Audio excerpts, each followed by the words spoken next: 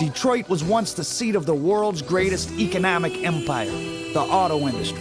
Whether you came from Southern Europe, the Middle East, or the American South, the factories were always hiring and the pay was good. But as this empire of cars weakened and crumbled, the city's economy began to revolve around a new business, illegal drug distribution. The day I arrived in Detroit, I was shown two bodies that had been placed inside of the trunk of cars at the Detroit Metropolitan Airport. And the stench, the bodies were decomposed and you could see the maggots. And that was my first trip to Detroit. And it was one of the most devastating experiences I ever experienced. 67 is as if it was biblical, as if someone blew out the light, my life turned upside down. The armies of addicts, it was like unbelievable. We never recovered. People breaking in our houses, snatching gold. All the places I had visited, Detroit to me was the most out of control that I had ever experienced. Between 1965 and 1970, violent crime more than doubled in the United States. Why this happened has never been fully explained, but the confluence of drugs and the breakdown of social control associated with the civil rights movement and the war in Vietnam were certainly key factors. Nowhere was more out of control than Detroit, Michigan, which had suffered the deadliest riot of the 60s and had become the murder capital of the country by 1971. In the spring of 1972, the Bureau of Narcotics sent John Sutton to Detroit on a special assignment to infiltrate and bring down the city's largest black heroin dealers. Some of the intelligence that we were picking up on indicated there was a mafia operating in Detroit, what they call a black mafia. Agent Sutton arrived in Detroit to find a city divided. On the one hand, Detroit had the most thriving black middle class in the country, mostly thanks to the auto industry, and many people were living the good life.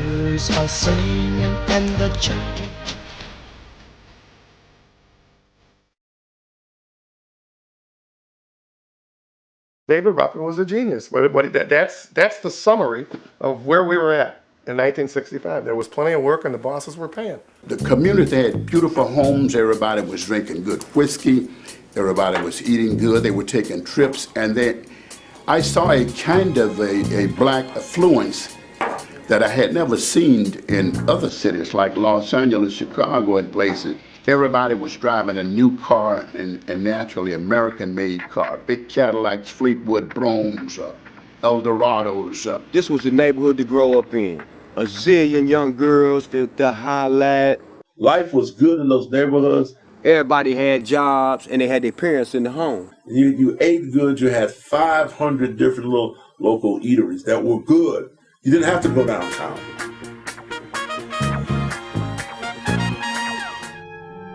On the other hand, it was a city where entire police precincts were overrun by heroin dealers and stick-up men.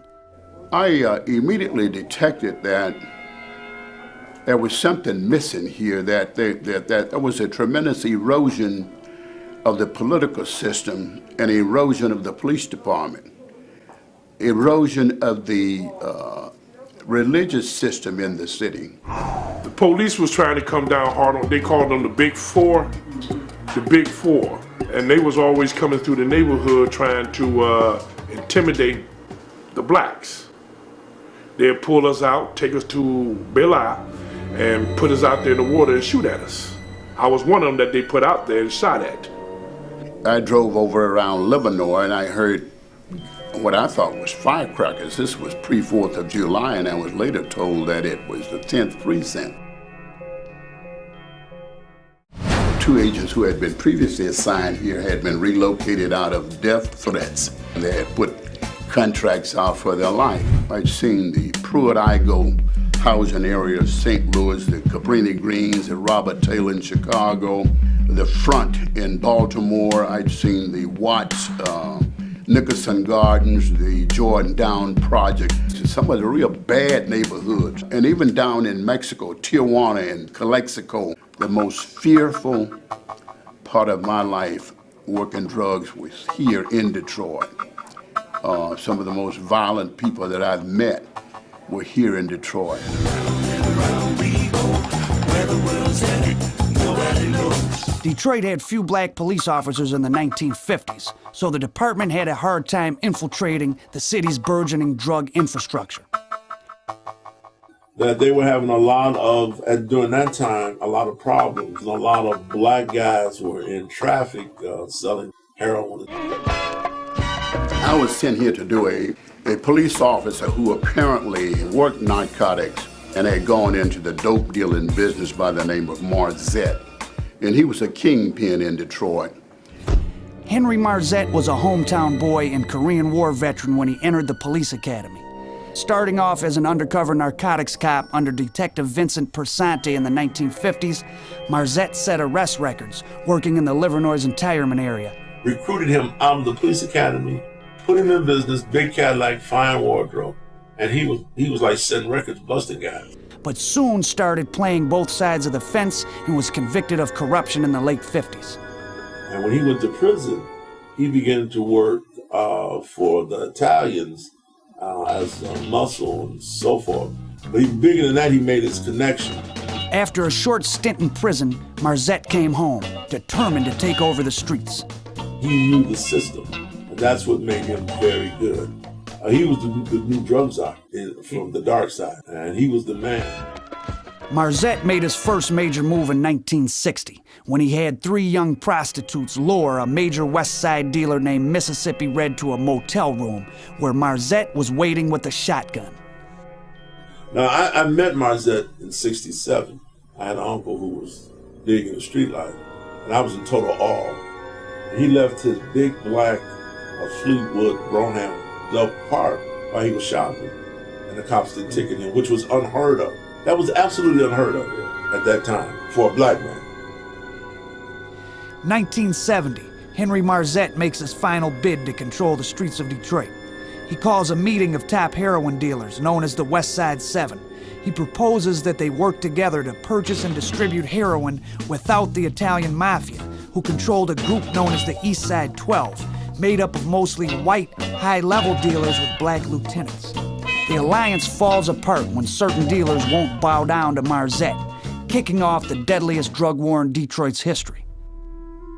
During this time, Marzette was stricken with kidney disease, and on his deathbed, perhaps to make amends in some way for the destruction he had wrought on Detroit, he had his chief hitman, James Moody, executed and put into the trunk of a car, bringing the drug war to a halt. As the auto industry slowly faded and Motown Records fled to Los Angeles, the economic vacuum was filled by a new spirit, the spirit of crime. They made me a ward of the state, 10. That's when they came to my mother's house and took me, because they said that my mother couldn't control me. Nobody wanted to be my friend unless I gave them something. So then I learned how to be mean and nasty to the ones that always tried to play me for money or food or... Detroit's industrial base had begun to die by the early 1950s, leaving a pool of unemployed men to populate the streets. These are not kids. They're men who need jobs for a living. It's estimated that 1/3 of Detroit's inner-city workforce is unemployed. Between 1953 and 60 alone, the East Side lost 71,000 out of 102,000 industrial jobs. It's just not enough jobs. What are they going to do when they stop the war and bring jazz home and there's no jobs? This is what causes the crime rate to be so high. Traditionally, Detroit reflects the best or the worst of the nation's economy at any given time. Right now, the unemployment rate here is more than twice what it was 2 years ago, and by all indicators, it is still rising. Ain't no work, man, that's all. Where people want to pay you for what you're worth, you know. And every man, I think, knows his worth. I know mine. There's nothing else to say. That's it. I need some money. Detroit's auto plants were microcosms of the city itself, and everything that was happening in the streets was happening on the factory floor. Agent Sutton infiltrated Chrysler's Dodge Main plant to buy drugs from 2 white foremen. I was introduced to a white informant who worked at Dodge Main, and he wanted to do 2 guys who were selling heroin and cocaine, and they were white males selling dope over at Dodge Main. And I asked him, why did he want to do these guys? And he said something that I found and later came to pass. He indicated that All of the automotive plants are cities within themselves, and that drugs are rampant inside of the plants. Drugs, prostitution, number running, fencing, everything that you can think of existed in the automotive plant. He wanted to immobilize these two dope dealers because he believed people selling drugs who worked for the automotive industry would cause the complete destruction of the automotive industry. He stated that cars that were assembled on Mondays and Fridays were lemons, that they were no good because of the drug use. Sutton's chief target, Henry Marzette, had died of kidney failure just before his arrival, so Agent Sutton turned his attention to Marzette's remaining lieutenants and the remnants of the West Side Seven. Within a day of arriving in Detroit, Marzette died apparently of natural cause, and Devil Jackson had gotten shotgun in the face the night before. And there was some indication that the person that killed Devil Jackson was one of the informants that I would be working with. We had Eddie Jackson, we had another Jackson by the name of, I think it was Ernest Jackson, had a street name of Boogie Bear. I know when I was in the Defenders, I was assigned to represent a guy. His real name was Arnold Wright. Pretty Rick was a pimp, is what he really was, and he was from our neighborhood. He was from around Mumford. Milwaukee Jack, who was Marzette's lieutenant. And I bought heroin from John Mays, Milwaukee Jack, on several occasions. During the time that I was here, they were averaging almost like 2 murders a day. And then the weekend would come around, there would be 12 on that weekend. The dope dealers had guns like I'd never seen. They had a saying that it's better to be tried by 12 than carried by 6. The 10th precinct was where the city's black elite mixed with the underworld to form a strange nexus of black power, crime, and social disorder unique to Detroit. I saw people driving by, black males driving by with guns and, 45 automatics, the old military 1911 type, and they would lock around in the chamber and hold it up and give the power to the people sign. Agent Sutton spent only 90 days in Detroit, but in that brief time crossed paths with a rogues gallery of characters. And when I went to his house, he had like about 25 buyers in his house to buy heroin, and I was low on the pecking order. And when the number reached 25, he went to the stash and came back with a shopping bag full of heroin. My brother was addicted to that stuff, and I seen what he was going through, and I was like, whoa. One of the things that was frightening was that the people who were manning these dope houses were addicts, and there was a reputation that, to watch them because they had a tendency to go on the nod, and when they come out of the nod, they would forget what they were doing and they could easily shoot you. Charlie used to just give me money to sit on his porch to make sure that the police wouldn't hit him. I would keep watch up and down the street. He was selling heroin. None of Agent Sutton's targets was more dangerous than the infamous hitman Chester Campbell. The notorious hitman named Chester Campbell saw him initially while buying dope in a dope house. Coyle, I think the street was on Coyle. And when Campbell walked into the room, there was a kind of an eeriness about him. And the guys, they were mobbed. One guy wanted to be like him, talked about he was one of the famous hitmen, the killers, that he earned like $10,000 a hit. In that particular case, the informant ended up being killed. I met Chester Campbell once in my life, and I went to see him in the county jail. In the county jail, the old county, it's really small. When you looked at him, you're looking at him like I'm looking at you, and you don't see nothing. You just look, those eyes. He was very, very smart. But in that case, the informant ended up dead, and his body was identified. He had been eaten by the field rats, and he was identified by a thumbprint that had not been devoured by the field rats. I suspected that Chester killed this person while I was inside of his house buying dope, and the guy suspected that I was a police. He called the informant into the room, and he wanted me to front the money. I wouldn't front it. And he had a little girlfriend, a little attractive, light complexion female. And when I told him he was in the police finding business, that we would go and spend our money where they were selling dope. And we left, and as we were leaving and going back to the undercover car, The young lady ran out and said that she would cop the dope for us. A blue Cadillac Fleetwood Brougham pulled up in front of a house. It was her mother's house, and we were sitting on the front porch. A guy on the passenger seat had what appeared to be a Thompson machine gun. He brandished it like that and looked at me and the informant. And then they drove away. About 20 minutes later, she came back driving that Cadillac. She indicated that this was a connect. And if he thought I was the police, he was going to spray us right there with that gun. He was going to kill us there on the spot. When Chester Campbell was arrested in 1975 after running a police car off the road, authorities found 4 loaded guns in his car, along with notebooks containing 300 names, including those of murder victims, dead police informants, and politicians, along with diagrams of their homes and notes about their daily routines.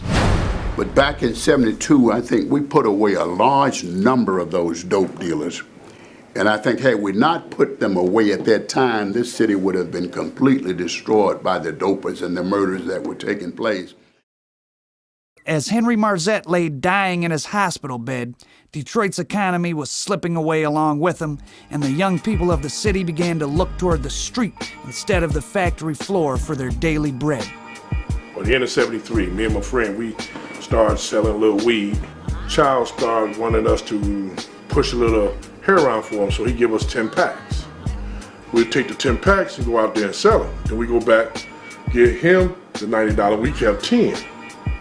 We see that we were taking him all the money, so we said, man, maybe we need to start getting our own shit and start doing it. Because my friend said, well, ain't he gonna get mad?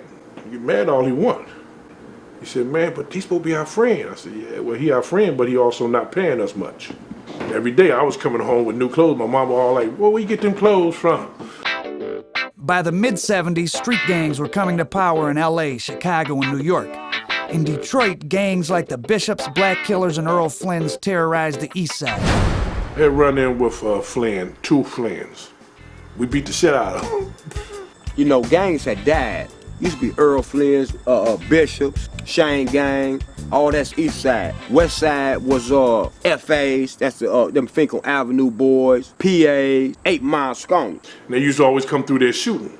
BK was shooting at the Earl Flynn's. And then Earl Flynn was right back over there and shoot up the BKs. You know what I'm saying? We never really claimed that gang kind of bullshit. We just would stump a motherfucker from the police or whoever. They was doing some weed, selling weed and heroin, little heroin. They wasn't doing no big time stuff, but they was trying to move up, but because they were shooting at each other, they couldn't move. They couldn't gain foothold. So everybody else that was doing it was moving up. The kids the young guys who were in the Flynn's and all that were poor kids who most of the time didn't have no money.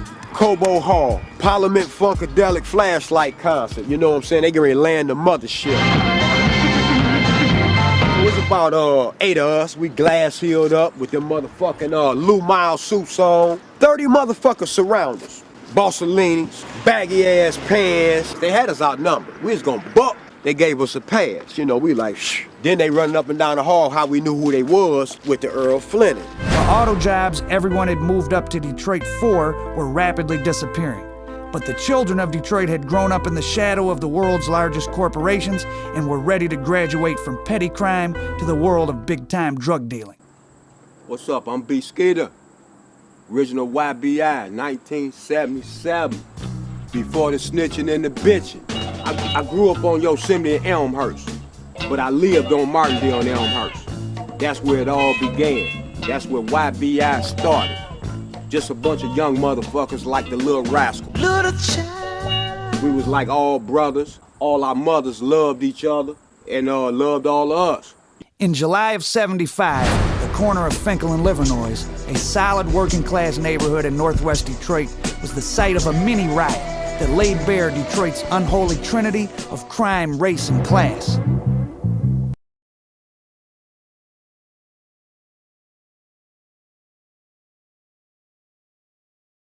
Tonight's unrest was touched off by the fatal shooting of 18-year-old Obie Wynn, a black, by a white tavern owner who accused the youth of trying to steal his car. An angry crowd of several hundred residents responded with a rock-throwing, window-smashing, burning spree through the predominantly black business district of northwest Detroit. They murdered in that on Livernois, that they murdered a innocent little Polish man. This old white guy got killed on Livernois. It was a very sad story. Smashed his head with a cinder block. It would have been a full-blown riot had not Coleman and the Detroit police contained it. Detroit, already in the grips of a devastating economic recession, was ripe for violence. Unemployment approaches 25%, more than 125,000 workers. And the jobless rate among black teens is reportedly twice that of adults. The bar and Andrew Chinarian, the bar owner, now accused of second-degree murder, are both controversial. According to area residents, Chinarian allegedly maintained a white-only policy at the bar. This is a white honky bar. Heckerwood bar. Why do you say that? Because the man, he got a buzzer on there. If you can come down and you see that you're black, you do not get in. Mayor Young today condemned the violence. While some people with legitimate concern showed anger, frustration as they demonstrated in front of that bar, other hoodlums and rip-off artists were taking advantage of the situation and ripping off the area between 7 Mile and St. Martin's, for instance, on Livernois and other areas. That will not be tolerated. One of the men charged in killing the Polish immigrant was a charismatic 20-year-old from the Dexter and Martindale neighborhood on the west side named Raymond Peoples. Raymond come up out of it. He was acquitted, but you also know that people were disappearing and didn't come to court. We already was doing a little something, but out of the love for Raymond, they slid him right in. He had the gift of gab, he had the respect, everybody loved him, right on top. We had never seen anything like YBI. We had never seen a kid that young, that reserved, that articulate, that smart. We call this the red zone. From Davidson to Joy Road, Livernois, Dexter, red zone. And we held this down. You can't slang shit around here. We started eliminating all these old motherfuckers sitting up behind the door slanging shit, right? Get the fuck on. Martindale and Elmhurst, Dexter and Dwayne, Dexter and Tuxedo, it was the runners. Sally from the valley, you know, the big hands and all that, big man, Bobby and Fatty. If a motherfucker would ask them, damn, who got it? Them young boys got it, because we was all little kids. When the addicts on Dexter began calling them the Young Boys, they decided to stamp their heroin packets with that name. We stamped that shit Young Boys Incorporated, not YBI, in cursive. Young Boys, Inc. Once the police and newspapers found out about it, the name stuck, and Young Boys fever spread across the city. We had spots on Calvert and motherfucking 12th, Highland Park, that we tore in half. And we got a lot of crew out of Highland Park once they seen our mentality. Prairie and Joy Road was our first spot. We took that bitch. Mac and Gray, or Mac and Bewick. Only in Detroit, hometown of 3 of the world's largest corporations, could a group of teenage drug kingpins call themselves Incorporated. And when I came back in '79, I saw a city that rotten into the core. Around this time, Nathaniel Boone Craft joined the Army Special Forces, where he received the training he'd later put to use as a hitman in the streets of Detroit. They say Vietnam was over, but yet they still fighting over there undercover. On the down low, they send somebody in to do something. Hey, we was paid to do this, and I did it. We basically, like I said, the Army wouldn't talk much about me, and because most of us that did come home, they wasn't expecting us to do what we did. July 1979. 3 bodies with their heads chopped off are found in a van near John R., just south of Erskine. They had several beheadings. They had one guy had a street named Doc Holliday, and one guy, street name, I think his name was Frank Usher's, Frank Nitty. And they decapitated three people. Frank Nitty Usher, suspected by the Detroit police of being the city's largest heroin dealer, is quickly charged with ordering the murders. Notorious hitman and drug dealers James Red Freeman and Adolph Doc Holliday Powell are charged along with Nitty and Robert Partee. The notoriety of the case came because their heads were cut off and the bodies were found, and of course, if it had just been 3 dead people, they'd have said, oh, there's 3 dead people. But when you cut somebody's heads off, then of course it became the crime of the century. Usher was convicted as being an aider and abetter. Nobody claimed he shot the people. And he was basically there. They were all there. So he was convicted, He was doing a mandatory life sentence. His people came to me. The prosecutor's theory was that Partee and Red Freeman killed the people. I mean, they were supposed to be the killers. They were according to the prosecutor's theory. And the jury convicted Partee, and he's doing life. Another jury acquitted Red Freeman, and he's doing life on another case now. Steve Fishman helped Usher get his conviction overturned in the late 1980s. So I got him a new trial. I think that the evidence showed that he was a target. I think it showed that somebody was trying to have him done, probably Doc Holliday, who's now dead, and that Frank, either by force of personality, quick talking, or luck, he got to the sideline rather than be one of the victims. Frank Usher is one of the easiest clients I've ever dealt with. I'm still friendly with him to this day. He's been out many, many years. And I had a drink with him 3 months ago. He's a gentleman. If you didn't know he was Frank Nitti, if people didn't say, oh, Frank Nitti, and you saw him at a ball game or in a bar, he doesn't curse, he doesn't smoke. I never saw that in other cities. I never saw bodies put in the trunk of cars and left to rot. I never saw little kids, preteens shot in the back of their heads by dope dealers. A lady hired my brother to do something to a numbers man. My brother wound up getting in touch with me. We go to do it. I wind up going to prison for it, but it was a number man that we had to put the frighten of God in him. So you know he must pay. The corner of John R. and Erskine had been a known drug hotspot since the 1950s. And in 1978, YBI General Dwayne Davis sent his soldiers down on John R. to set up shop. Yeah, we right here on John R. and Erskine. Man, there was so many motherfucking bags up in here. I was the first out of us YBI to come downtown. I came down here working for Raymond Wayne and Bone Man. We had pink coin envelopes with China White stamped on it. And there was a building right here, the old man that sold liquor after hours. I rolled on this corner, hid my dope in the vacant lot. Motherfuckers getting laid out, two to the head, broad daylight. Motherfuckers ODing in the alley. Scam moves, snatch the shit, snatching money, armed robberies, murder. Downtown Detroit is where motherfuckers come from all over Michigan to get dope. Whether it be the Brewsters, John R. and Erskine, Cass Corridor to the Jeffrey Project. White, I wouldn't care what. This is dope central. It led me to realize this shit is bigger than YBI. Carl Taylor was running a private security company at Cobo Hall and Joe Louis Arena in downtown Detroit when he first crossed paths with YBI. And one of our guys that was working the doors said, man, this group just came to the side door and they got all these little young guys. And I'm like, well, who is that? And we kept, so thought, well, maybe they were breakdancing or whatever. So we get back and I got my lieutenants and everybody looking and they get out and they look at you with a very brazen look. They got out all like little men, and the girls were going crazy.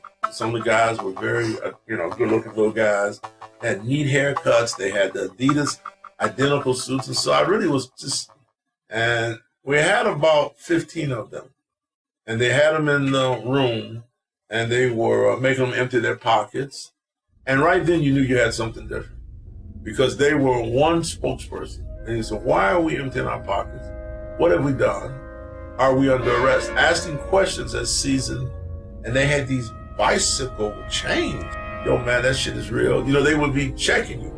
And then one had that map of America. I mean, I've never seen anything like that. And I got to see the map maybe 9 months later. And it had a few diamonds, and 9 months later, it had more diamonds. And someone was explaining that was where they made distribution or where they did business. And I couldn't believe it.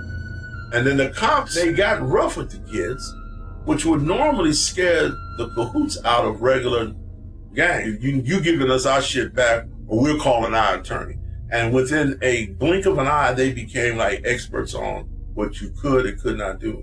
And there was a eerie feeling in that room at that point. No credit, no VCRs, no change, no TVs, you know who we are. Look up at us, yeah, nigga, we them stars. There was a Midtown hotel up on Woodward in Mac. That's where I used to keep my big stad. And they watching me, so I'm nervous than a motherfucker. We was selling 100 bundles or better every day. A car pull up, Them peeped my stash, ran, but that China white pink pack was so good he came back the next day talking about give me 2. I fired on that motherfucker with a short motherfucking right, dropped him. Bougie stomping him with them motherfucking cousin glass heels, you know what I'm saying? Here come Raymond, Wayne, Bushrod. Bitch, we the motherfucking boys. Dexter, YBI. We were over on Dexter at Esquire's, the corned beef place, which was legendary. And suddenly this Corvette drove up. 2 young girls got out, and this was in the summer, like in August, and had mink jackets on, little Venuses. They were just gorgeous. And then a Mercedes drove up right behind us and a BMW. And that was the first time we got to see the whole crew. And the kid who went in to get our sandwiches came back and had screwed up all our orders. All he wanted to say was, YBI was in there with their girls. And that's when you knew at that moment that this was something like we had never seen before. And the thrill of being on top, stepping in somewhere and everybody know your name. They were legendary at that very moment. Before rap hit, we was entertainers in the hood. But them boys would start pulling up in them big ass cars and wearing all that jewelry. From there on out, that neighborhood, which usually responded to the Temptations and the celebrity life, YBI was the shit. Intrigued by this new type of youth gang, Taylor kept seeing them at events in Detroit and all around the country, including the Tommy Hearns Sugar Ray Leonard Championship fight of 1981, for which Taylor ran security for the Tommy Hearns camp. From Detroit, Michigan, he is the WBA welterweight champion of the world, undefeated in his professional career, introducing Thomas, the Motor City Cobra, Hearns. I was Hearns' bodyguard, ran his security when he fought Leonard the first time. And YBI came out, and members of the whole entourage, and came to the fight. They went to the fight as if they were going to Cobo Arena. Who else could fly out to Vegas and stay in Caesar's Palace with us?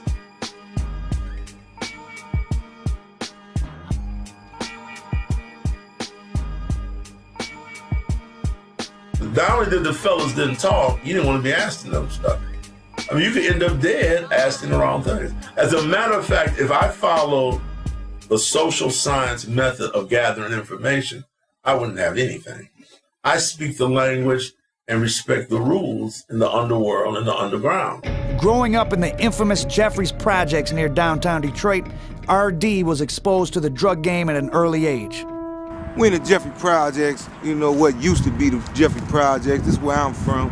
This is where it began for me. Before they got us up out of here, every day for us was the hustle. You know what I mean? Get paid $50 a day, stand right here on 4th at the fire hydrant and yell hook down. You know what I mean? Because the big guys was out there selling the packs. The Jeffries soon became a YBI stronghold, with young dealers leaping on the hoods of passing cars in a frenzy to sell their wares. And in one 3-day stretch of winter 1980, 18 people were shot near the corner of Selden and Gibson.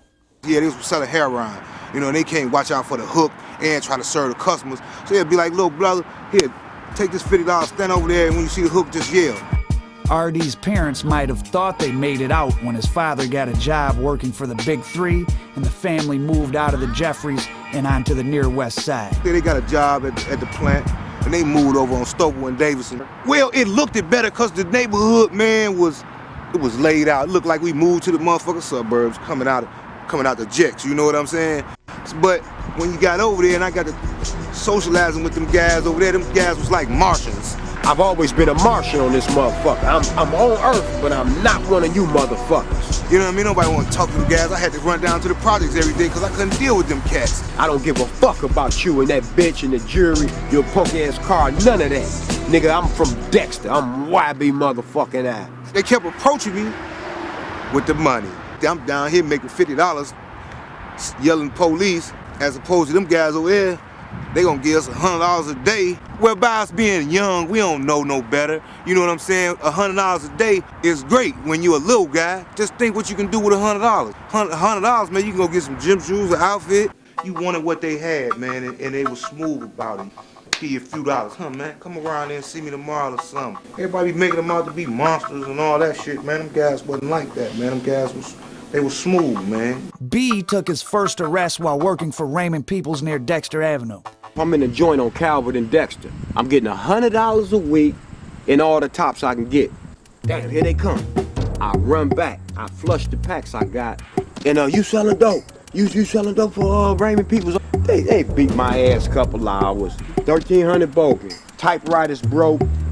Desks broke. Chairs broke from where they been whooping motherfuckers' ass. Catch a cab back on Martindale. Lo and behold, when I hit the corner, the whole crew on the corner, about 60 strong. What happened, B? This Baby Ray, this Raymond Peoples. Shit, I ain't say nothing. My motherfucking man. You know what I mean? That's Baby Ray. Beyond the money and the violence, the rise of YBI marked a new era in Detroit, an era in which drug dealers and drug dealing became pillars of the economy and the community. People in the community knew what was going on, man. It wasn't like now. See, now motherfuckers disrespectful, shooting and doing all that stupid shit. Back then, wherever we hustled at, we kept the block clean, we kept their grass cut, we cleaned the fields. It wasn't no chaos, wasn't nobody getting robbed, and nobody messed with the neighbors. As the gang broke into separate crews, B left Raymond Peoples and went with Dwayne W.W. Davis and was soon making more money than he could spend as Davis's right-hand man. Wayne come over and we talk. Took me shopping, all kind of shit. I want you to get on with me. I said, shit, we on. And Wayne was that guy. He was wearing dark suits, carrying the Italian handbag. So he would tease with me. He says, yo, man, what'd it take for you to be my guy? I'm like, you gotta be kidding. Laughing. Yeah, right. I have clients, which I did. I was Yul Brynner's bodyguard and others. Wayne just had gave everything to me. Wayne trying to step out of the game. Wayne had changed his mannerism of dress, speech, wearing this goddamn Jerry curl shit. I ain't understanding, but he's getting into a whole new crowd of people. You know what I'm saying? These square motherfuckers with that clean dollar. Wayne got a house, man, with a swimming pool in the back. We got Benzes in the driveway, whatever. Everything what you would think. But all our neighbors is Jews, Chaldeans or whatever. You know what I'm saying? They like, damn, they stay in they motherfucking window. But I have to tell you, he was driving a Mercedes. I was driving a Mercedes. Mine came with hard-earned money. And I think, honestly, I probably was a little jealous. The name most often associated in the public mind with YBI, Milton Butch Jones, wasn't released from prison until Ray Peoples and Dwayne Davis already had the operation in full swing. I had never even met Bush. I always done heard about it. Bush this, Bush that. But I detect a little animosity. I detect a little fear in motherfuckers that knowed him and a lot of motherfuckers who didn't want him coming off into our thing, you know what I'm saying? But let me go back to the time when Butch dropping me and Mark off with 300 bundles going to Highland Park. Young B and Mark, I know y'all with Wayne, man, but I want to spit something at y'all. I'm going to take this motherfucking city over. I need y'all to get on with me. Butch soon wanted to take over things for himself, and his crew of enforcers, known as the Wrecking Crew or the A-Team, were the most feared gunmen in early 80s Detroit. In a lot of occasions, man, different occasions where guys tried to come, tell us we couldn't roll here, we couldn't roll there, you know what I mean? But that wasn't no shit we worried about. We handled the problem right then. We handled it ourselves. Wrecking Crew, all them guys would come later if we couldn't handle it. For the most part, you gotta be able to handle it yourself or you ain't gonna be able to get out. You couldn't hold it, ain't no sense of you being out there. The young boys first hit the newspaper in 1979 when the Detroit police found out about a free heroin giveaway they were conducting on the west side. We had a great dope giveaway. We passing out cars all through the neighborhood, everywhere. Dwayne and Dexter, the great dope giveaway. 70,000 a day, one spot. Hamilton and Highland, we got the whole building. Boom! We got some dope taking a 90. Like New Jack City, the Carter. We was doing the Carter back in 79, you know what I'm saying? We run the dope. If you don't live in this bitch, we ain't letting you in. YBI truly marked the decline and demise of authority, period. They are not scared of the police. A landmark to me as a researcher that this was a pivotal turn in attitudes about young black men in the world. Mayor Young was in office. I remember he had made a speech and he was like, yeah, black man, get your money. But he was meaning it toward black store owners and black businesses. I think At that time, they had seen a complete erosion of the law enforcement in the city, and there's no doubt that law enforcement in Detroit at that time from the local level they were inept.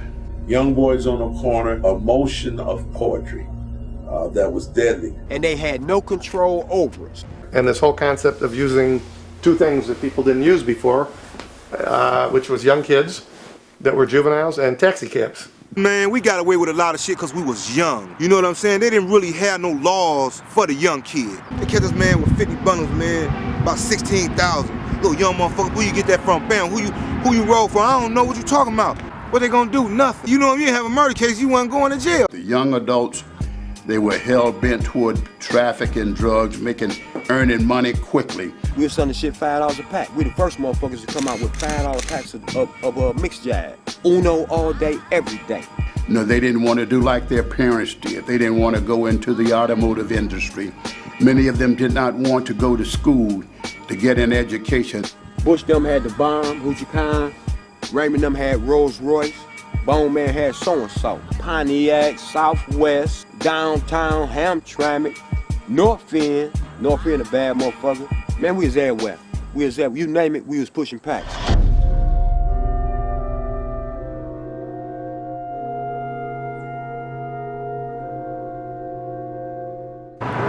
Not since the Great Depression of the 1930s have so many people lined up for a free lunch at the Capuchin Brothers Soup Kitchen in Detroit. These are among the most desperate victims of the recession in Michigan. It began when dealers couldn't sell Detroit's cars. Auto plants closed. Thousands were laid off. If there was more jobs out there, we could get up and get off this welfare. Some people are getting out, like Pearlie McPherson. She, her husband, and their 3 children moved here from Mississippi, but he couldn't find a job. So the other night, they loaded a trailer and moved back to Mississippi. Detroit's Renaissance Center, the towering symbol of the city's economic recovery, has been losing tenants. Shops have closed. The center has lost more than $100 million.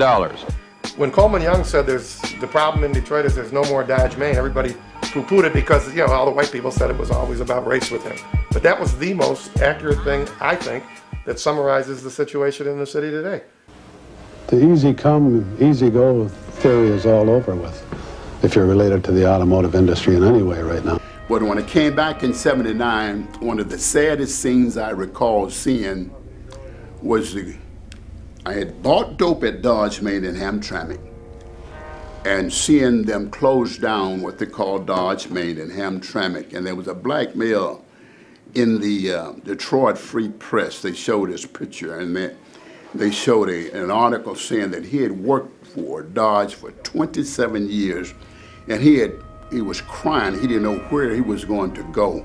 The crime rate is rising again. So is drug and alcohol abuse. 81, I had shot a guy on Cascade, man, and he was testifying on me, you know what I mean? So I'm at the 10th precinct, waiting to pay my bond after my prints clear. They bring 2 dope fiends in there. They in the cell next to me. Damn, man, them niggas blow WW head off. I get home, my mama standing in the door crying.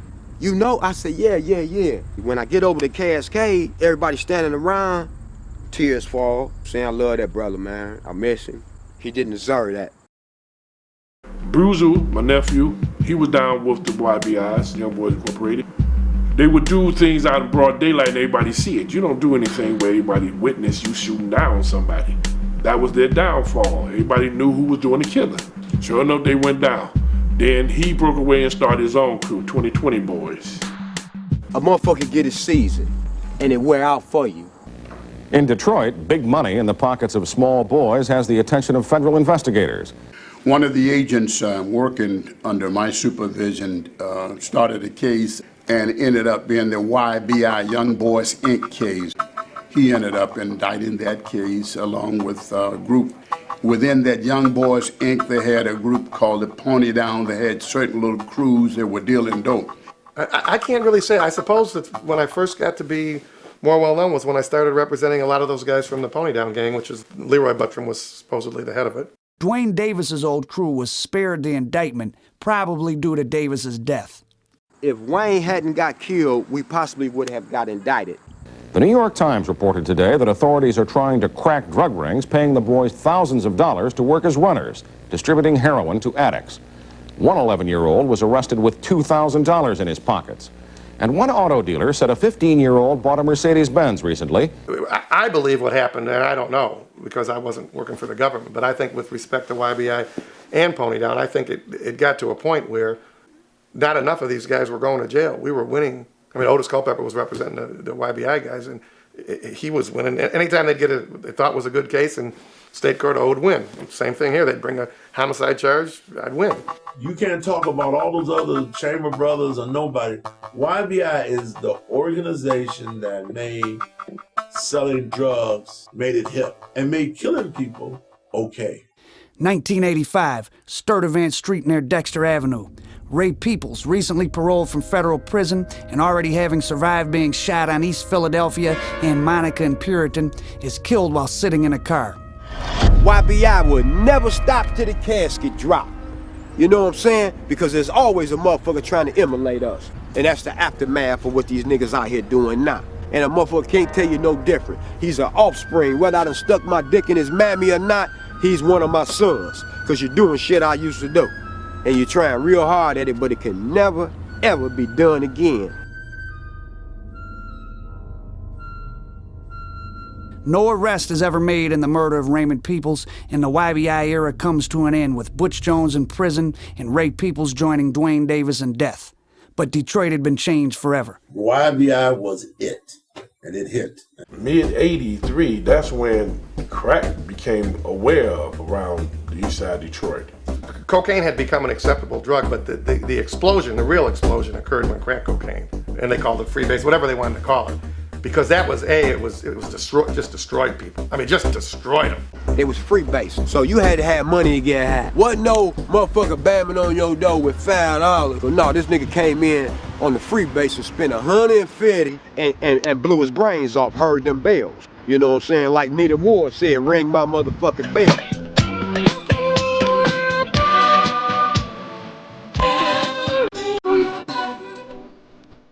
Young dealers can make up to $800 a day, possess an arsenal of weapons, and readily kill to protect their turf and profits. The smallest confrontation can become a matter of life and death. Whenever police raid a crack house, they say they're also bound to find some heavy firepower. Drugs and guns are a deadly mixture, and together they've given Detroit the highest murder rate of any American city. This is a war. This is an epidemic. I've been to Vietnam, but this is a war right here. This is our Vietnam. Well, the cocaine was there, but it just really got real popular. This summer has been especially violent, with more than 500 shootings reported in 2 months. FBI figures show Detroit with 61 murders for every 100,000 citizens last year. Gary, Indiana was second, and other major cities ran far behind. It didn't get really wild until 84, 85, and 86. Detroit police say they see this less as a crime problem than as a drug problem. Thousands of people, jobless and hopeless, look for a way out and find trouble instead. In the aftermath of the YBI and Pony Down indictments, the hundreds of young workers they'd employed graduated to running their own operations, many of them taking their show on the road, and dealers from Detroit started getting arrested all around the country. The little 40,000 we make here a day, we can go out of town and make 80,000. Man, we was going to St. Louis, man, Alabama, Cleveland, knocking their heads off. Yeah, well, it was easy to go out of town and get it because of the mannerism and the way we was brought up here. As opposed to going out of town, them guys ain't got nothing, they slow. And we go down there and tear their heads up and come home and spend the wealth.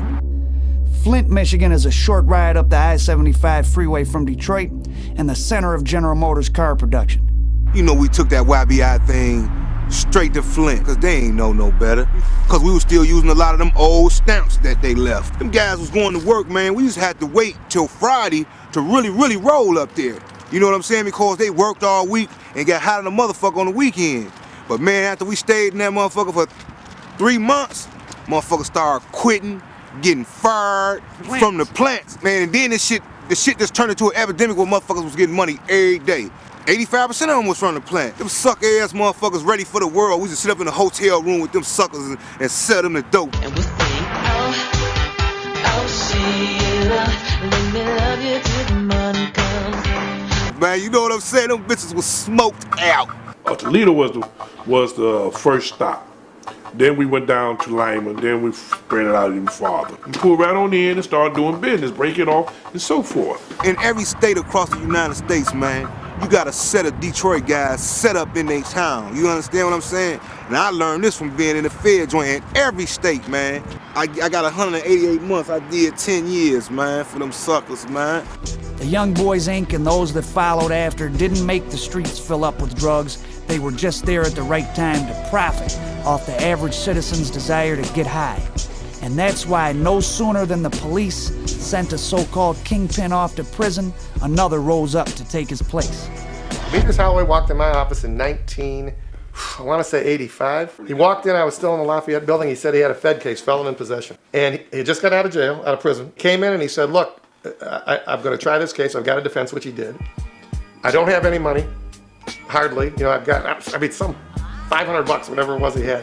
But my word's good. He says, you tell me the fee. It'll take me some time, but I'll pay the fee. And he was, at the time, literally had just gotten out of jail on federal parole. And there was something about the guy I thought he was telling the truth. And it was a tribal case, and I'm a sucker for trials. And I said, okay, we got a deal. And we tried the case, and he was found not guilty. Demetrius Holloway, had he wanted to be, could have been a CEO of a major corporation. He never drank, he never smoked, he laughed at people who used drugs. He was smart as hell, and he was cunning, and he was a leader. He was a big, big whale, is what the cops used to call him. Demetrius Holloway and Rick Carter, even though they were friends, were as different as two human beings could ever be. Anybody in the streets will tell you that. Soon after getting out of prison, Boone crossed paths with Maserati Rick in an East Side pizza parlor. After one of Rick's underlings started an argument with him, Boone flashed his gun, and Maserati stepped in to defuse the situation. He said, man, Dennis, man, we could work together if you just give me time to speak with you. We went and got into his Benz. We talked, he was telling me about himself, about what he do and so forth. He said, you might have heard me, they call me Maserati. Rick was cheap and petty. I mean, he was all right to deal with, but he wasn't all right to deal with. He was a pain in the ass is what he was. And he liked to flaunt stuff, you know, and walk around like he was a big shot, which in a sense he was, I guess. But I want to know what you'd be willing to be my bodyguard. I said, how much you talking? He said, man, I'll give you a couple $1,000. Just hang with me. Make sure nobody, do anything to me. Thought about it. I said, okay, cool, but when am I supposed to get this money? He pulled out $2,000, gave it to me. Pistol case outside the skating rink over there on the east side, because he was the east side guy. He owed me money. I won the case, and that's why I say it was cheap. It was it was a pistol case. He probably owed like $3,000 or something like that. And the damn guy would not pay. And it was always, I'll see you next week. So I typed up a motion to withdraw. He had another case pending. And I typed up a motion to withdraw, and I called the guy in that was from the east side. I said, take this thing. I wasn't filing it. Tape this thing to the walls and the windows, like at the bars, everywhere on the east side, so people can see what a cheapskate Rick is. And the guy went out, and about 2 days later, man, what are you doing? I said, well, shit, you gonna come in and bring me the money? And he brought me a leather coat instead. I had just got out of prison. So I had a lot of anger and tension in me. I'm trying to find some way to release it. The best way to release it without going back to prison and so forth was the Tough Man contest. So I went and fought in that. Cobo Hall. Bruiser brought some of his friends down there, which was the Brown Brothers. Best Friends, an ironic name for what the FBI once called the most murderous drug ring in United States history. I didn't really know much of anything about the Best Friends other than that they were supposed to be a bunch of killers on the east side. I didn't know they were called the Best Friends. I just knew they were some evil-looking guys. When the fight was over and I stepped out the ring to go back to the back, Bruiser stepped up and told me that Reggie wanted to meet you, Rockin' Reg. They approached me like, damn, man, we also hear that you're supposed to be working with Maserati Rick. Suspected of 80-plus murders across multiple states, Best Friends started on Detroit's east side as a murder-for-hire ring run by the four Brown brothers. I did things for people, for Bruiser, before I met them. By 1985, the Brown brothers were doing hits on the east side for various dealers. Rick boy, as long as he got the money, was anybody boys, as long as you got the money to pay us. You ain't got the money to pay us, basically, we would take you out and take over your operation. That's when it started happening that way. But a lot of people didn't want to sell to us because we had the reputation of killing. Maserati Rick did sell to us. He didn't mind because he assumed that we was all friends now. That's why everybody would see us, they say, oh yeah, those are Maserati Rick boys, because we was basically hanging with him because, hey, he was selling us the drugs cheaper. I knew them. I represented Reggie Brown twice. Represented him on an assault intent to murder that we won that case. It was in the middle of Eastland. They were looking for the guy. They found him and they started shooting. I think they were shooting in the mall itself, not in the store. But yeah, right in the mall, people were going crazy. Rockin' Red would get, like I said, he'd get a little drink in him and so forth, and then he wanted to go on a killing binge. We know we in shootouts. We're like, God damn, man. Is there anybody over here you don't want to shoot? Then I represent him on a homicide case where he killed one person and the other person he thought he killed, but the guy lived. We consider ourselves hitmen, murder for hire incorporated. You know, you got the money, we got the gun. Reggie was driving down the street on the east side. He saw that he'd been looking for Roussel. Reggie Brown started chasing him in the car, jumped out of the car, ran in the house, shot Roussel dead, shot the other guy, thought he was dead, and the guy lived. And I can tell you from experience, not just this case, the hardest case there is when you think you killed somebody and the guy lives and identifies you. So he got convicted and Judge Crockett gave him life.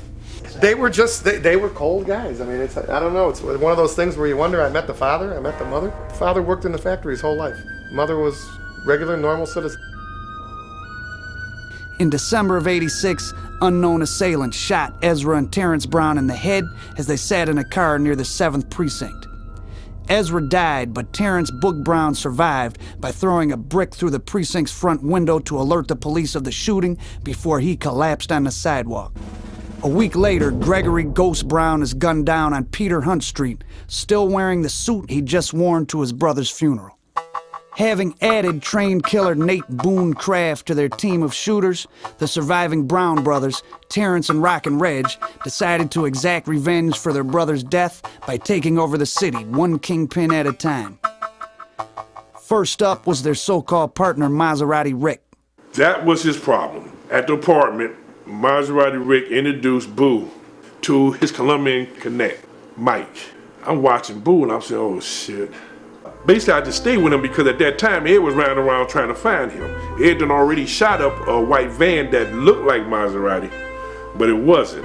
It was some white couple that just happened to be driving down that street and got shot at. Boo calls me, tells me, man, they just shot Rick on the west side, man. Where the hell was you at? Still rode around the car wash looking. We rode up and down the street. We stopped at the fish shop. We listened to what people were saying and so forth. So we went to the hospital, talked to him. But at that time, Boo was pissed off like, hey man, the word on the street that we bitches. That's what you talking about. They shot Rick, man. The word is that we ain't doing nothing to protect him. And Rick talking about don't go after the people. Boo pulls up. He steps over and said, man, what's up? I said, no, what's up on you? He said, man, I thought you was gonna stay away from Rick. I said, no, Rick's still paying me. Man, he can't be paying you laying up in the hospital. And plus, the guy said that as long as we pay his bill, he don't care what happened to Rick. Yeah, the Colombian said as long as somebody pay that bill, he don't care what happened to Rick. Basically, the Colombian is saying that he don't give a fuck if you do something to him or then. He said, who you down with? Us or him? I'm down with whoever got the money. And you should know that. Officials say 2 men were seen near his room when the shooting was discovered. Really, we don't have a whole lot of details other than the fact that some people saw 2 men. Maserati Rick's beef with Big Ed Hansard supposedly was at the heart of his murder, but no one has ever been convicted. Maz is dead, man. We want you down with us, bro. We want you down with us. I said, man, I'm down with whoever got the money.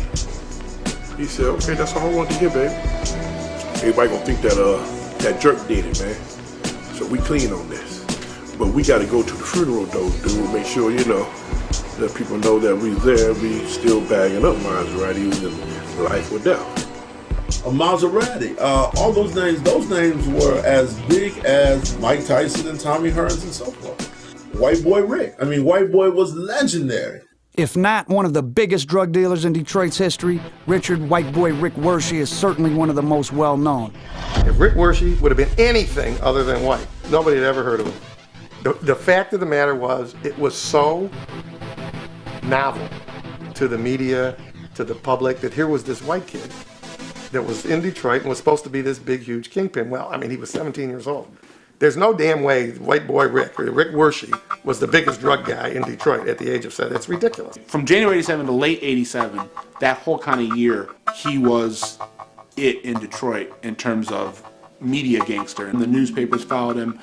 He was eventually charged with possession of 8 kilos of cocaine. One day we following him, he went to Kathy's house. We sitting there watching him, waiting for him to come back out, and then all of a sudden the car pulled up, 2 guys stepped out, all like, we checked around, and from what we get, it was the Curry brother that sent somebody to do that. Because he in there screwing one of the Curry brothers' wife. At the same time, he was walking around with Johnny Curry's wife. Not only the fact that she was attractive, but the fact that she was the mayor's niece. There was a federal indictment. I represented Johnny before the federal indictment on, again, pistol case, and they had the usual, it was the usual federal case. They had wiretaps, good wiretaps that killed us. You know, just having her on his arm gave him a lot of weight. It came out in court documents that Mayor Young had actually told Hart to assign an entire security detail to follow Wershey and Volson around on a daily basis, but to in no way make any arrests or stop any criminal activity, but to simply be there in case gunfire was to break out to go corral Kathy and take her away from harm. Then we followed him from over on, I think it was Hayes Street. He had a spot over there. By the time we pulled up on the side of White Boy Rick at the light at Dickinson and Outer Drive, slid back that door, sprayed him, but the Mac got stuck. Boo was like, man, don't let this motherfucker get away. He took off. Wershey became linked to the best friends in the media when members showed up at his trial. Well, we went down there to make sure that he didn't get off. We down there and pretending we his crew. When he went to trial, this whole entourage of assholes show up, you know, with their pants on backwards and Their plan was for Wershey to get convicted so the best friends could assassinate him in state prison. We just wanted to make sure that that boy didn't get out from underneath what he got. Trial lasts a couple weeks. Jury's out for, I believe, 4 or 5 days. Comes back guilty. Rick gets life in prison without possibility of parole. He had recently just turned 18 years old. His run is over, and his life is over in a lot of ways. After finding himself in danger from both Rockin' Reg and Boone in Michigan State Prison, White Boy Rick called the feds, entered witness protection, and helped initiate a massive police corruption case. It eventually came out, the fact that Rick then helped them build a case against Kathy's father, Willie, and Jimmy Harris, who was Mayor Coleman Young's chief of security, indicted and Rick helped them build a case for running a protection ring for drug dealers.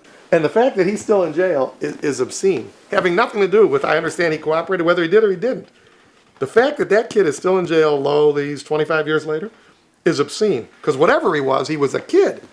He was just a kid. Keeping him locked up somehow is in the public good in their perception because he represents that era. He knew a lot of information. The contract was on him for $100,000 at that point. I ain't mention no name, but the political figures, they offered half of it to get that boy.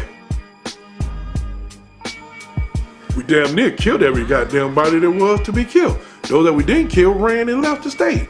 Those that didn't left the state went to prison. Big James and them was already dead. Curry brothers, Chamber brothers. October '88.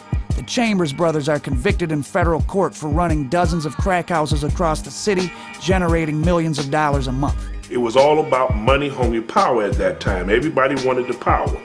Also in October of '88, best friend's hitman, Nathaniel Boone Craft, is sentenced to a short stint in prison for drug possession. I go to prison. While I'm in prison, my little brother get killed. I come home to the funeral, people telling me this and telling me that Boo was behind and this and that. Bruiser told me exactly what went down and how. He said, man, Andre went to Boo and got some dope. He was over on 12th and Calvin, selling out that apartment there. Boo brought the dope by. He had told Andre, man, that's a bad idea, man, to keep getting from Boo. I decided to set their ass up with the DEA. So I went to the DEA and told them the situation. Did this, man. This dude was responsible for my little brother's death, and I want to help y'all get him, because I know y'all looking for him. So they prefer to have Boo to let me go for my participation. Despite working with the DEA, Nate Boone Craft went to do one last hit with the best friends. Well, I had no choice. Either go with them or they would have killed me right then and there. So they shoot him to stop him from going so they could finish the guy in the back. They opened the door of the cab, Luck did, emptied the M16 in his ass. Then a few seconds later, I felt like somebody was pushing me. After killing the target and the cab driver, Chuck Wilkes and Lucky shot Boone in an assassination attempt. That's me getting hit in the back, chest, arm, leg, and so forth. But they say that, oh, it was an accident. Boone lived but was charged and convicted for second-degree murder in the cab driver's death. That fucked my deal. Terrence Boog Brown never made it to the best friends trial. He was killed in Atlanta and wrapped in his polo bed sheets by other members of the inner circle of best friends on the eve of making a $600,000 cocaine purchase. Because they felt that, hey, Boo having us knock off everybody in the group. You can't be best friends if you're doing your own friends. And that's what Boo was doing. Boo was knocking off his own people. Steve Fishman defended Thomas K.O. Carr in the best friends trial. Best friends got indicted in federal court. I represented Thomas Carr. I mean, everybody, they had about 45 or 50 dead people in this trial. Most dead bodies I've ever had, where they actually charged it and tried to, they only tried to prove, I think, and did prove, because the jury found them guilty of them, maybe 7 or 8. But when you would cross-examine the witnesses, well, that was when so-and-so, Walter Daniels, got killed on Gratiot. Talking about murder was like talking about, you know, your dog ran in front of a car. I mean, it was just... Nathaniel Kraft testified in the best friends case. He really needed to be on TV in one of those detective or police movies because he played the role of the tough guy and the big hitman. He scared the shit out of a couple of the lawyers. He claimed he was a hitman for the best friends, and he killed this guy or he killed that guy, and he was smart. He was a smart guy. Look, he basically was advertising. If you want someone killed, call me. I mean, that's basically what his testimony was. He got convicted of everything, and then the next thing I heard, he cooperated, and he's out. He got a sentence reduction, and he got Rule 35, they call it. And he cooperated, and I know he's out. So far, I don't know one that haven't cooperated. That's why they just get life in prison without parole. They brought in Charles Wilkes, and he admitted to 15 homicides, 12. They gave him like a 15-year cap. He's out. Lock your doors and windows. He's out. But yeah, it was a murder case. It was a mass murder case is what it was. If they wouldn't have killed my little brother, none of this would have happened. We'd all still been out there doing our thing. But that brought down best friends. After the best friends trial, Boone entered witness protection. The D got a badass rep, man, you know what I mean? And it's only a few of us out here, man, that now went in, man, and ain't never ratted on nobody, guys. But they put them in a position where they don't have any choice other than to make deals with people. And I've found over time that very often, guys whose reputation in the street is, they never tell, they all do life, they all walk on nails with no shoes on. They have been, but they don't really tell, they don't come in and testify. They just give information, let's say, about people they don't like or people they're at war with.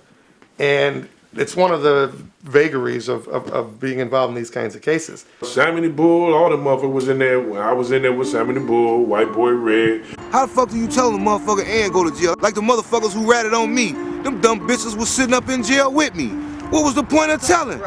When I got there, White Boy Rick had signed me in, and next morning I met with him and told him the deal was. I said, man, did this, man. I knew what happened at the state prison. You thought I was coming in to hit you, which was true.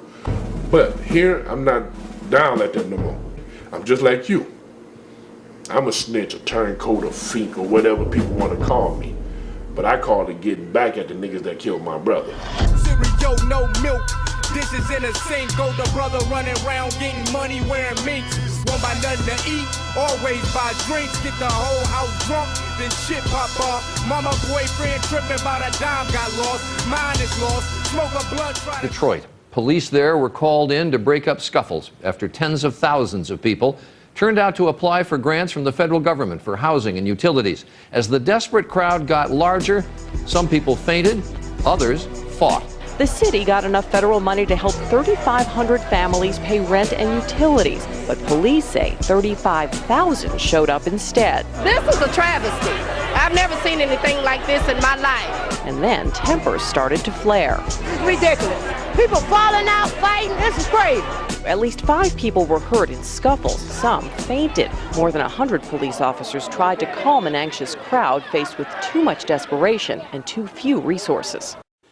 I am Pastor Spencer T. Ellis. I pastor the church in the northwest side of Detroit in the Brightmoor community called Citadel of Praise. Brightmoor is a very impoverished neighborhood in the city of Detroit.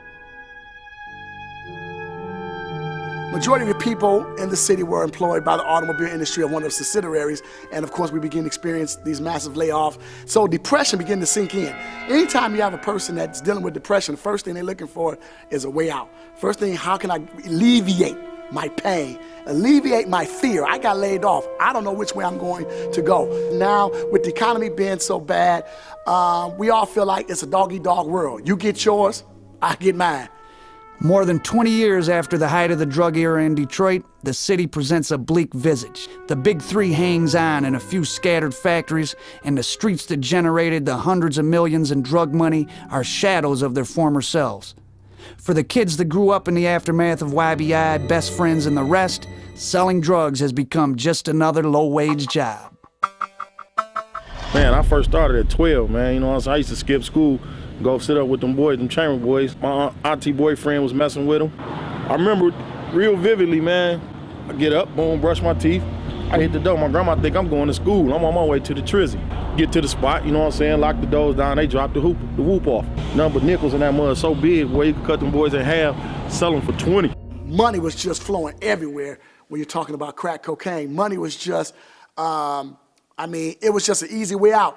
So now young people start looking at this and saying, instead of working at McDonald's making $4.50 an hour, hey, I can sell crack because crack is the biggest thing going. Cocaine is the biggest thing going. It'll never be another YBI, it'll never be another BMF, it'll never be another nothing, man. All that shit is over with. The streets is dead, man. These young motherfuckers out here ain't doing nothing, man.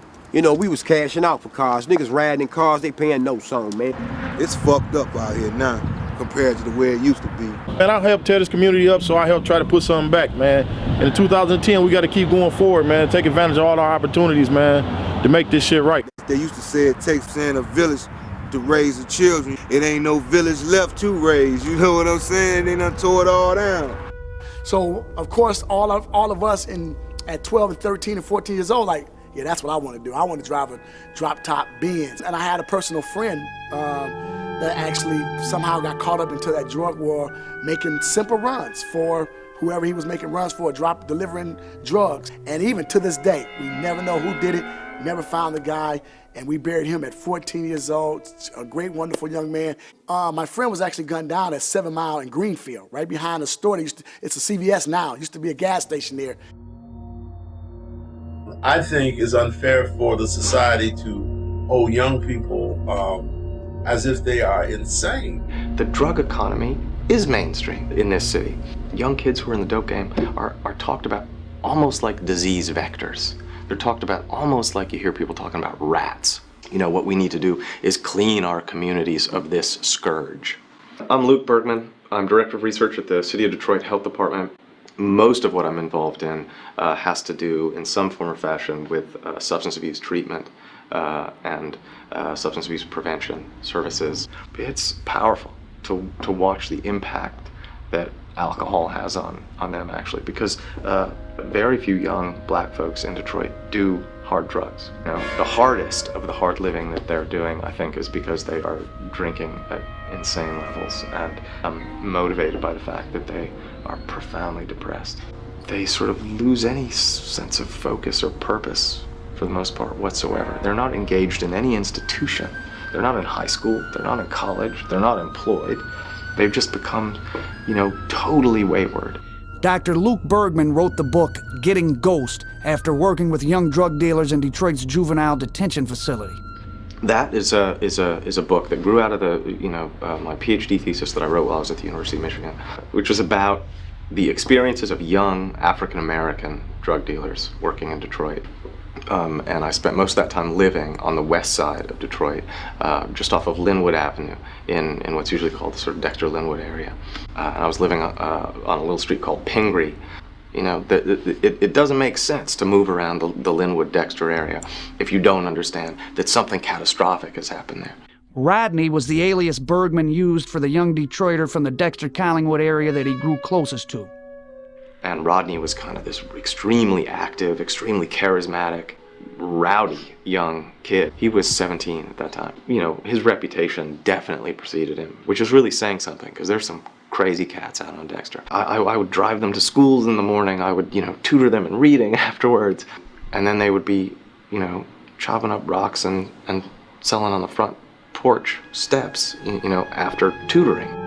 To change your attitude and to change your demeanor, I got to change your culture and change your environment. So I just like in church, I can preach to a guy and we can shout and wave our hand and get happy. At the end of the day, guess where you go back? To the same place, and everybody in your community is doing the same thing. You call your boys up, guess where they going? They going to the strip club. They going to get high. They going to rob a liquor store. The drug that was being sold the most was heroin in paper packs. Certainly it was the drug that was bringing in the most money. And then a lot of weed was being sold. You'd walk in the liquor store and the weed man would say trees when you walked in, etc. So it's just sort of like, you know, like being offered a coupon when you're going shopping or something. There's another way of life, and that's the challenge that we have. I don't know if I have the answer to that, because that's where it's going to take not only President Obama, but it's going to take everybody up under him to now, we got to change our neighborhood, because I can change you. But if I send you back, you're going to get the same dirt back on you after I cleaned you up. And there was this Coney Island restaurant on one of the corners, turned into an absolutely blazing heroin spot, probably about $5,000 a day.